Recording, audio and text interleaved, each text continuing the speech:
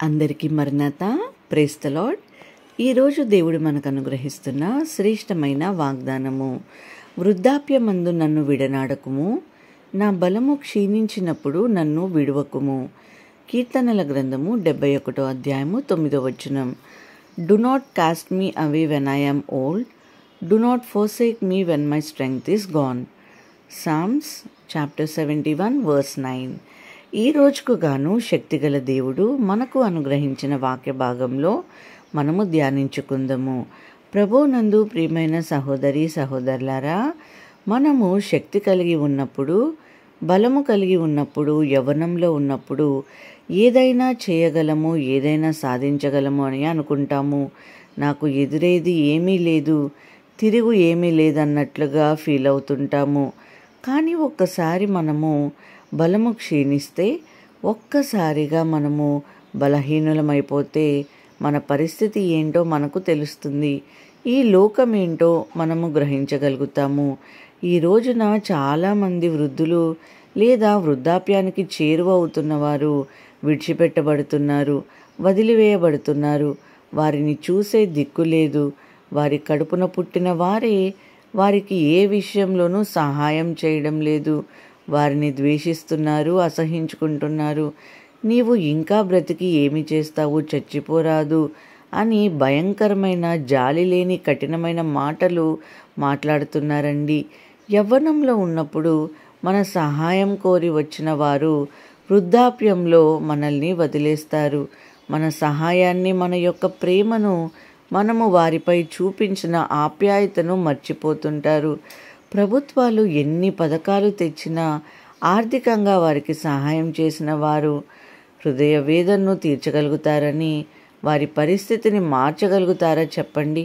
ఈ మధ్యకాలంలో ఒక తల్లి నాకు ఫోన్ చేసి తన బాధను చెప్పుకుంటుంది. ఆమెకు పెన్షన్ రాగానే తన యొక్క కుమారుడు తీసుకుంటాడంట. ఇవ్వకపోతే నేను ఇవ్వను అంటే కొట్టడానికి కూడా వెనకాడడంట. ఇటువంటి దుర్భరమైన స్థితిలో ఈ లోకం ఉంది. ఇలాంటి సంఘటనలు ఎన్నో బహుశా ప్రతి గ్రామంలో జరుగుతూనే ఉండవచ్చు. అయితే దావీదు భక్తుడు ఈరోజు మనకు తెలియజేస్తున్నాడండి. నా వృద్ధాప్యంలో నన్ను విడువని దేవుడు నాకున్నాడు. నా ఒంట్లో శక్తి లేనప్పుడు నాకు తోడుగా ఉండే దేవుడు నాకున్నాడు. ఈ లోకంలో నా కన్న బిడ్డలు వదిలివేసిన, కట్టుకున్న నా భాగస్వామి నన్ను విడిచిపెట్టిన నా దేవుడు నాకు ఉన్నాడు అని మొరపెడుతున్నాడు. వృద్ధులను గూర్చి మనమే సమయంలో ఆలోచన చేస్తే వారు ఎలా ఉంటారండి? యాక్టివ్గా, బలంగా, దృఢంగా ఉంటారా? లేదు కదండి. చాలా బలహీనంగా ఉంటారు. కొన్నిసార్లు వారి పని కూడా వారు చేసుకోలేకపోతుంటారు. ఒక వ్యక్తి చెప్తాడు, వృద్ధాప్యము అంటే మరియు ఒక బాల్య దశ అని. చిన్నపిల్లలు ఎలా ఉంటారో వారు కూడా శారీరకంగా అలానే ఉంటారు. అటువంటి స్థితిలో మనకు ఎవరు సహాయం చేస్తారో చెప్పండి? ప్రతి నిత్యము మనతోనే ఉండి ఎవరు నడిపిస్తారో ఆలోచించండి. ఒక్కసారి సహాయం చేసి రెండోసారి కసురుకుంటారు కదా. అవునండి. కానీ మన యేసయ్య అలా కాదండి. మన దేవుడు మనల్ని ప్రేమిస్తున్నాడు. ఈ రోజున నీవు బహుశా ఒకవేళ వృద్ధాప్య దశలో ఉన్నావేమో, మనుషుల వైపు చూడకు, సర్వశక్తిమంతుడైన దేవుని వైపు చూడు. నీకు సహాయము దొరుకుతుంది. నీకు కావాల్సిన వాటిని దేవుడు నీకు సమకూరుస్తాడు. ప్రభువునందు ప్రియమైన సహోదరి సహోదరులారా, మనము ఒక్కసారి ఆలోచన చేస్తే బలము క్షీణించినప్పుడు అనే మాట కనబడుతుంది. ఈ రోజున యవనస్తులుగా ఉన్నవారు కూడా ఆలోచించాలి. ఏమిటంటే, ఈ శరీరంలో ఇప్పుడు ఉన్న బలము నిత్యము ఉండదు. కొన్నిసార్లు నిత్యము దేవుడు చూపెడుతూనే ఉంటాడు బలము క్షీణించినప్పుడు మన పరిస్థితి ఏంటో అని. ఎలా అంటే, మనకు ఏదైనా అనారోగ్యం వచ్చినప్పుడు, లేవలేక బెడ్ పైన ఉన్నప్పుడు, ఎవరో ఒకరు మనకు సహాయం చేయాల్సి వచ్చినప్పుడు దేవుడు మనకు చూపిస్తాడు. ఈ దయ, నీ పరిస్థితి ఇదమ్మా, నీ దుస్థితి ఇది అని.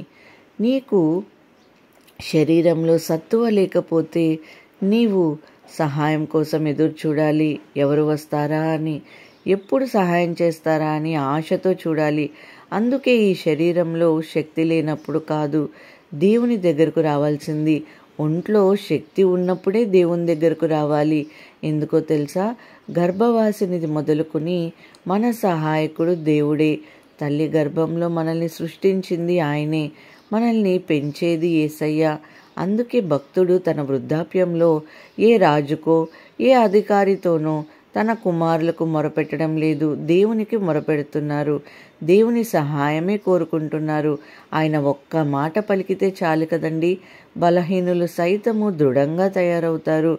వృద్ధులైనప్పటికీ శక్తితో నింపబడతారు. ఎటువంటి అనారోగ్యంతో బలహీనులైన వారు మరలా ఆరోగ్యమును పొందుకుంటారు. కాబట్టి ప్రియమైన సహోదరి సహోదరులారా, నీ వయసులో ఉన్న ఎటువంటి బలహీనతతో ఉన్నా దేవుని సహాయము కోరుకో. దేవుడి మాటలను దీవించునుగాక. ప్రార్థన చేసుకుందాం. మహాపరిశుద్ధుడా, ఘనమైన తండ్రి, మీ బంగారు పాదములకు స్తోత్రములు ప్రభువా. యేసయ్య, ఈ ఉదయకాల సమయంలో ముఖ్యంగా వృద్ధాప్యంలో ఉన్న వారి కొరకు ప్రార్థన చేయుచున్నాము తండ్రి. యేసయ్య, వారికి తోడుగా ఉండండి, వారికి సహాయం చేయండి ప్రభువా. సంపూర్ణ ఆరోగ్యంనకు నా ప్రభువా యేసయ్య ఆజ్ఞాపించమని వేడుకొంచున్నాం తండ్రి. ఎవరు చూడని పరిస్థితిలో ఉన్న వారి కొరకు ప్రార్థన చేయుచున్నాము ప్రభువా. బెడ్ పైన లేవలేక ఉన్న వారి కొరకు ప్రార్థన చేయుచున్నాము. మీరే ఆదరణకర్తగా ప్రభువా, మీరే ఇంటి యజమానిగా ఉండి ప్రభువా, వృద్ధాప్యంలో ఉన్న వారికి నా ప్రభువా సహాయంగా తోడుగా నిలిచి ప్రభువా బలమును శక్తిని వారికి అనుగ్రహించమని ప్రార్థన చేయుచున్నాం. ఈరోజు మేము చేసే ప్రతి పనిలో మీరు మా ముందు నడిపించమని యేసు నామములో అడిగి వేడుకొంచున్నాము తండ్రి. ఆమేన్.